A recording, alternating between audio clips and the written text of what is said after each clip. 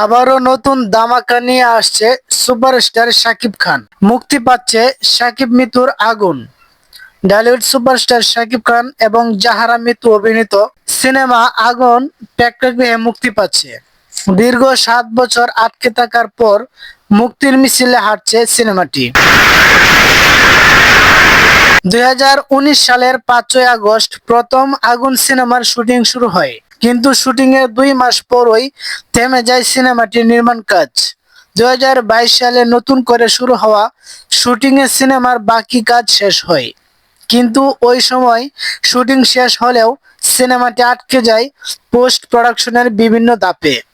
এরপর নানা জটিলতায় শেষ পর্যন্ত সিনেমাটির মুক্তি আর এগোতে পারেনি। তবে এখন আবারও শুরু হয়েছে সিনেমাটির মুক্তির কাজ।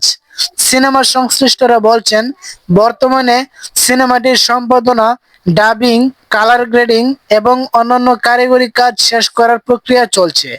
এসব কাজ সম্পন্ন হলেই মুক্তির চূড়ান্ত ঘোষণা আসতে পারে।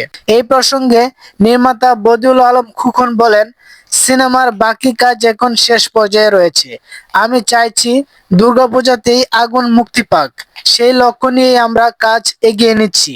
দেশ বাংলা মাল্টিমিডিয়ার প্রযোজনায় নির্মিত আগুন সিনেমায় প্রধান দুই চরিত্রে অভিনয় করেছেন শাকিব খান এবং জাহারা মিতু।